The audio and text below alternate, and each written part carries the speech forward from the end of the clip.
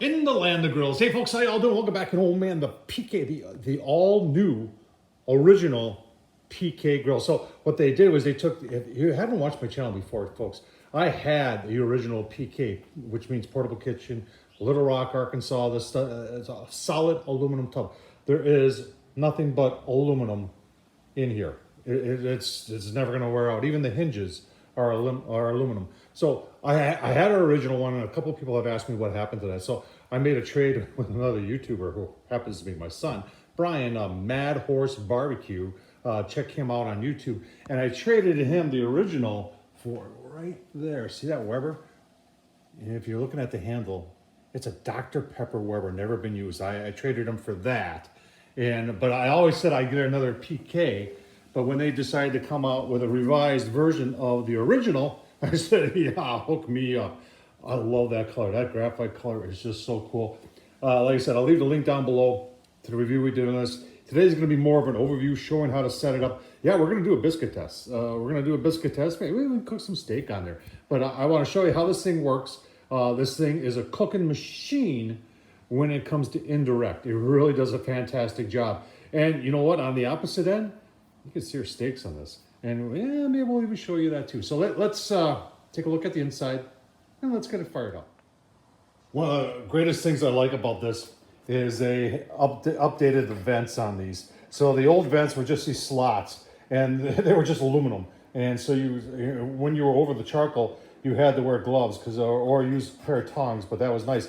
Even on the bottom ones, you can see they are very accessible, and you can see there's a notch in there. So when you're at that notch, you are wide open, and when you close it till it can't go no more, it's closed. Open, closed, and it goes the other way too. Open, closed. So that's nice. So very accessible on both sides. You can see it right down there. Really well thought out. This handle is cool to the touch handle. We're going to find that out. And it actually has a temp probe on that side. Very, very nice. Way to go, PK. When you open it up, there it is. A solid aluminum tub. Yeah. So, like I said, this will last forever unless you trade it for a Weber grill. So let's get it apart here, show you some of the other features, and then get it fired up. All right, so I've been asked about how do you cook indirect on this thing. So on this side, you've got this, which lifts up. It also is removable, and that's your charcoal basket down there. Now that is an accessory. It's not 100% that you have to have this, but it sure works nice and makes for easy cleanup. So you have your charcoal on this side. You have your food on this side. You're also saying why do you got to figure? Why not have the charcoal over there? Well, see that there? That's where the temp gauge is.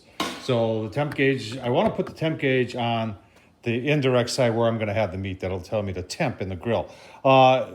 The vents set up on here. Let's get it apart and take a little bit closer look at the vent setup. Well, obviously you can see our two top vents, but our bottom vents are kind of hidden. Now this is a cool feature they did. So the old style, and we'll take this off, had two slotted vents that you just open and the ash would fall through, or the ash would plug them up actually. So what PK did when they put the new vent system in, they put these are steel. I lied to you. I said everything was aluminum. Everything is not aluminum. This is the only steel on this grill. And what that does is that it keeps the vents open and doesn't allow for the ash to go and plug them up. And it keeps the ash from falling down too. So from a safety standpoint, that's a good thing too. If you're wondering what those two holes are over there, there's actually a little opening there. I mean, a little vent that you can turn. And it's really not a vent. It is a probe port hole. And that screw adjusts the tension on the probe port holes, so you can actually put an electronic probe through there. I think that's pretty cool. So when we get the charcoal going, I'll show you the setup for indirect. So indirect, your charcoal is going to be on this side, your food's going to be on this side. That bottom vent will be open. The top vent, directly above it, will be closed, and then the top vent on the opposite side will be open, and that'll take that heat and smoke up and over your meat and do a fantastic job. This thing is a low and slow cooking machine. But I'll tell you what, let's get it fired up. Gonna do the burn in. I'm going to show you everything there is about this as quickly as I can. All right, folks, if you're wondering what kind of charcoal I use, I am a B&B guy. If you can find B&B endorsed by the SCA, State Competition Association, hotter, longer, cleaner, find it at Ace Hardware, folks. We're going to get it fired up. All right, let's get the charcoal started, folks. I am using one of these electric starters. Did a review on this one. It's Turbo charcoal starter. I tell you what, I am impressed. It works really, really well. Doesn't take more than a couple minutes. Not using any layer fluid, no wax cubes or anything. Just hot air, folks. All right, so we got our grate on there, and you can see we got our setup. And you're saying, where's the rest of the... I really like this idea, because a lot of times on low and slow, you just want that area left open so that if you need to put some more charcoal or some wood on or some briquettes or whatever, you can. This fits back on just like that, real simply. And the old style had it hinged so you couldn't remove it. So that's a very nice upgrade. I like that a lot. All right, so we're just about ready to close the lid. You can see I've got my second shelf on there. They make two sizes. This is called the Cook More, and they have the Little More, which is half sized. You can do whatever you want.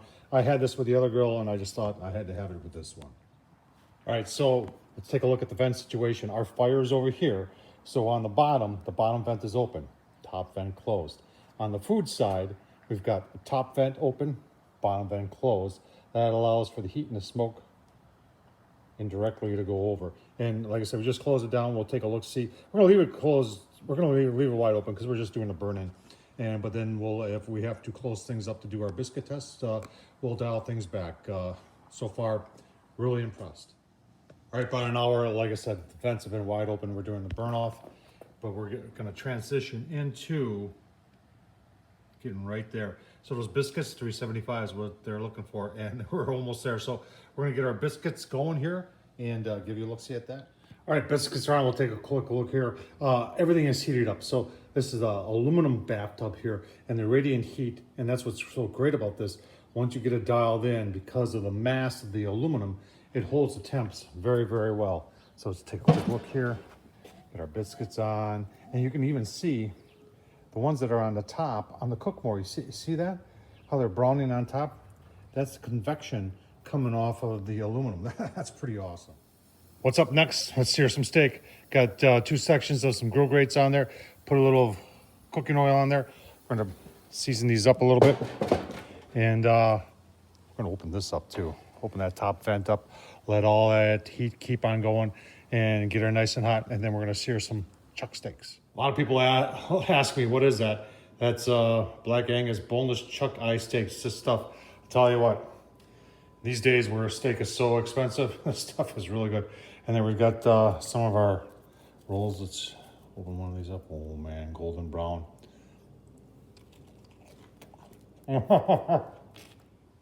All right, so are we ready for steak? I think we are. Grill grates. Been preheating for about 15 minutes now. We did spray them with a little bit of nonstick high temp. And on they're gonna go. And give you a look-see. 2 minutes, quarter turn. And then after that, all right, 2 minutes and 2 minutes. Let's give them a turn. Oh, man. Look at that. Yeah. That's pretty nice. On the PK. Let's, we'll do another 2 minutes. Give them a quarter turn, another 2 minutes. Give you a look. All right, let's take a look. Oh, man, looking good. Oh, yeah. He's already. Give you a look, see, once they're plated up, man, I'll tell you what. The PK, awesome job. All right, somebody ate some of the biscuits. There's our steak. Folks, you know, if you are watching and you're in the southeastern part of Wisconsin or northern Illinois, check out Barbecue Supply Company. They're in Greendale, Wisconsin. Let's go right through the center of this. Oh, man. Look at that. Nice. Go through the other one.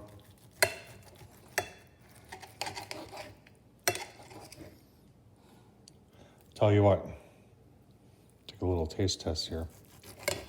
On the PK, the new PK. Oh man.